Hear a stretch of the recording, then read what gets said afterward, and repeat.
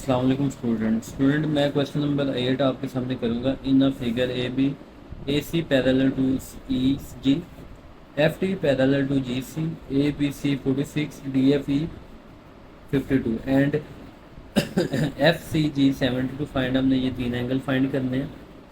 तो पहले क्या करना है, सी जी एफ इनको मैं बाद में करवाता हूँ, पहले मैं इनको फिल कर लेता हूँ।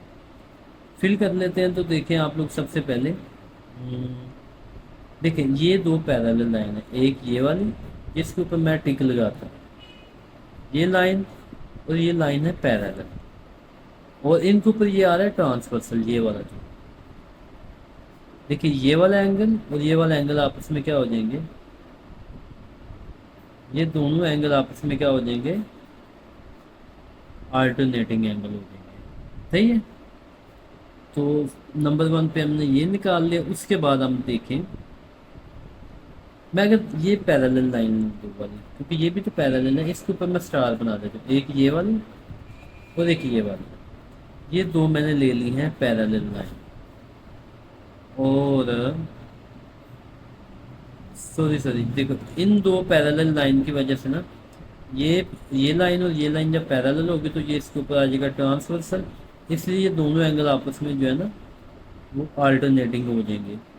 उसके बाद अगर मैं ये वाली लूँ पैरेलल लाइन, एक ये वाली और एक ये वाली, इसको अगर मैं हल्के से डॉट लगा के बैकवर्ड मूव करवा दूँ तो देखें ये अगर दो पैरेलल लाइन है और ये इसके ऊपर है ट्रांसवर्सल, ये वाला ये लाइन जो है ना ये वाली, ये इसके ऊपर है ट्रांसवर्सल।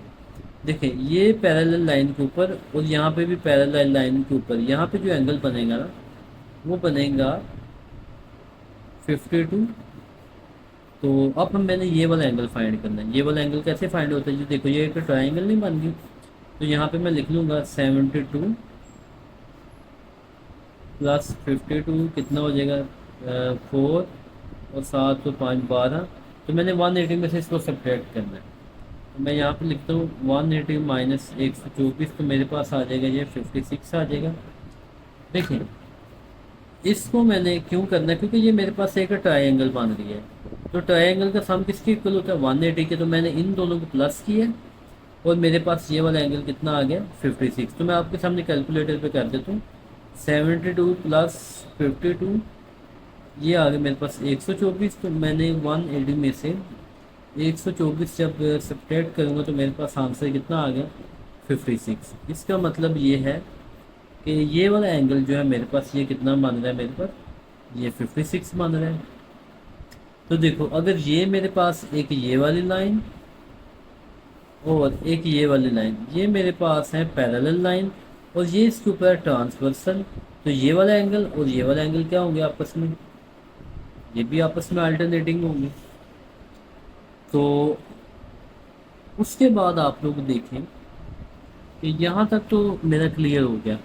अब मैंने यहाँ पे एक एंगल बनाना है,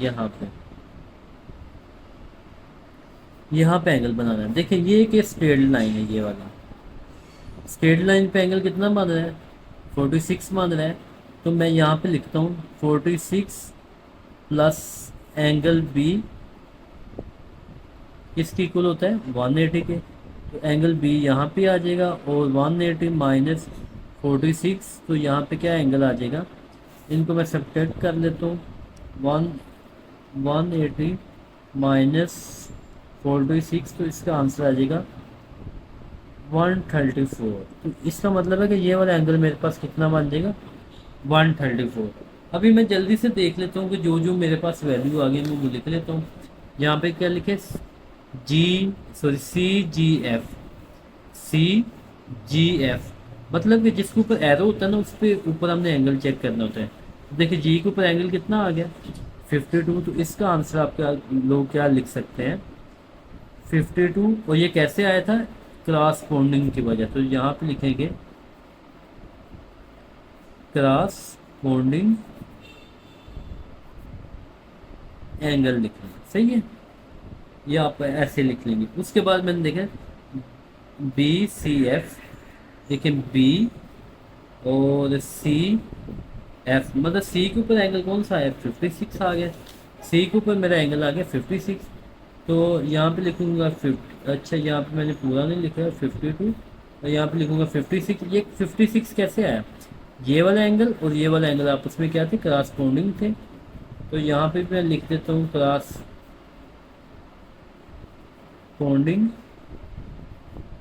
एंगल। सही है, तो मैं ये लिख देता हूँ।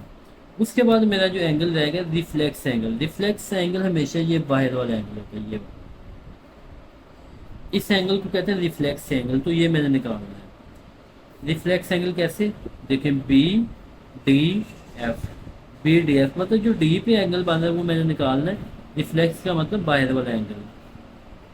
तो उससे पहले मुझे ये अंदर वाला एंगल फाइंड होगा तो मैं बाहर वाला भी निकाल सकूंगा। तो पहले मैं ये इंटरनल एंगल फाइंड करता हूँ। तो ये मेरे पास से एक ना इक्विलेटर बन जाती है। फिर मैं यहाँ पे लिख लेता हूँ इक्विलेटर नहीं, सिर्फ क्वाड्रिलेटर मेरे पास बनते हैं ये। तो यहाँ पे लिखता हूँ क्वाड्रिलेटर। इसके स्पेलिंग मुझे थोड़ी सी मिस्टेक लग रही है। ये स्टूडेंट ये मेरे पास एक क्वाड्रिलेटर बन रही है। तो क्वाड्रिलेटर का जो सम होता है वो 360 की इक्वल होता है।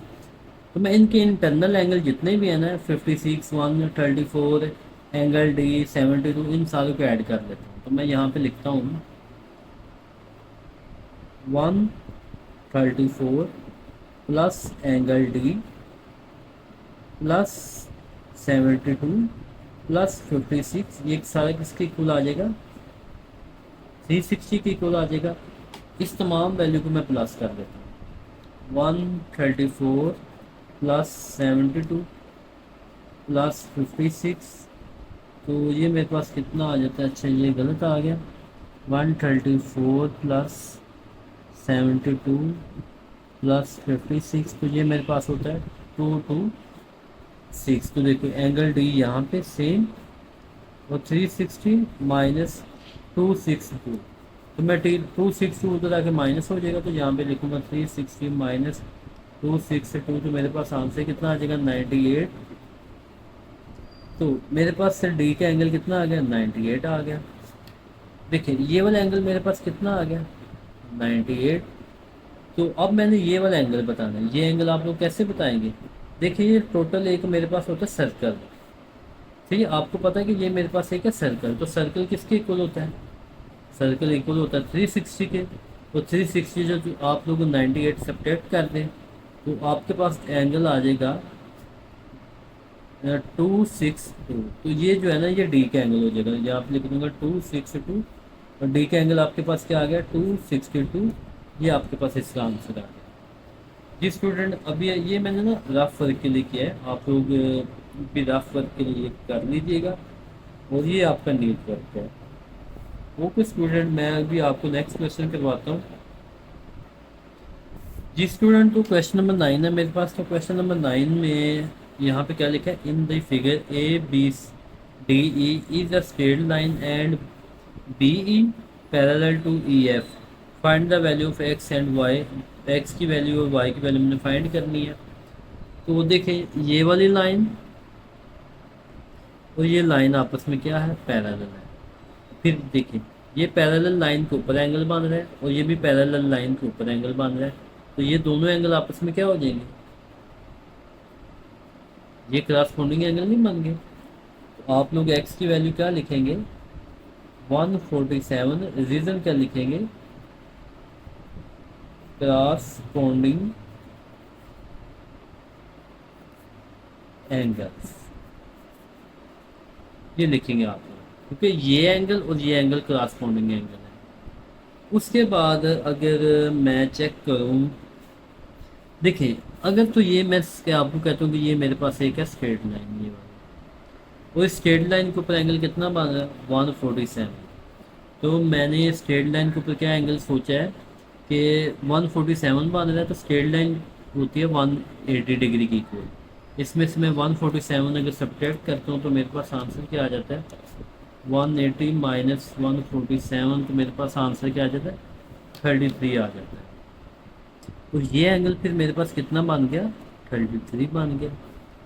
और देखिए अब मैंने ये एंगल निकालना है। तो ये मेरे पास एक ट्रायंगल नहीं बन गया।